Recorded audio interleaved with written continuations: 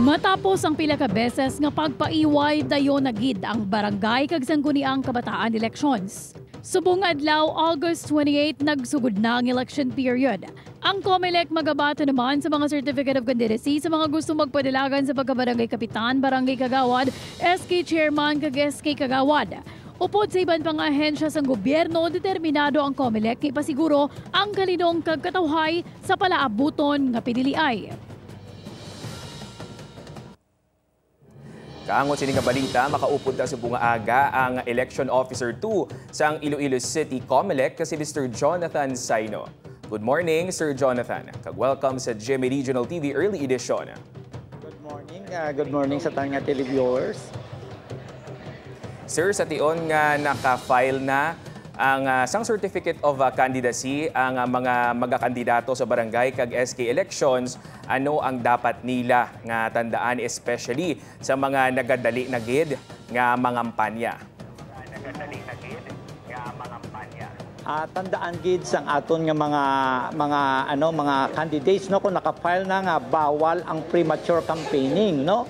Sugod sa adlaw nga nag-file sila sang COC hasta sa October 18 no kay ang aton nga campaign magasugod na ini sa October 19 to October 28. So bawal ang magpasalida no sa mga posters, sa mga Facebook no sang tanan nga campaign propaganda.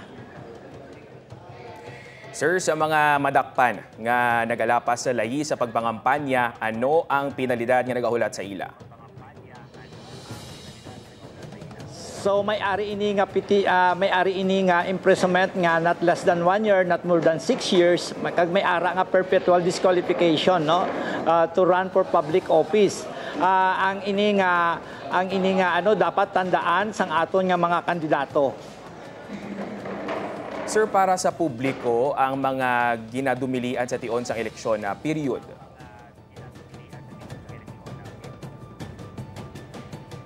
Hello? Sir, para sa publiko, bala, ano ang ginadumilian naman no, para sa tion sang election period? Say man ina no sa mga para sa publiko, mga supporters sa mga kandidato no, mga voters nga nagakampanya no nga ibawal man ang premature campaigning para sa kadalagan o kuno sa kaperdihan sang kandidato no. Bawal ina no nga magpasalida bisan ang supporters ang ginambal naton ang mga voters no nga nagakampanya para sa isa ka kandidato. Sir, mayara man kita sa ginatawag nga money ban, 5 kaadlaw antes ang eleksyon. Ano ang mechanics o kung guidelines sa sini nga pagsulundan? Dapat nino nga ang money ban gina-implementar ini no 5 days before sang election. So but siningon ginabawalan ang mga tao nga magdala sang hindi magnubo sa 500,000 no. Dapat more than 500,000 ginabawal ina ang pagdala no sang kwarta kay ginapaiway naton ang mga vote buying. Sir Jonathan, thank you gid for that very educational and informative talk sa imo subong aga.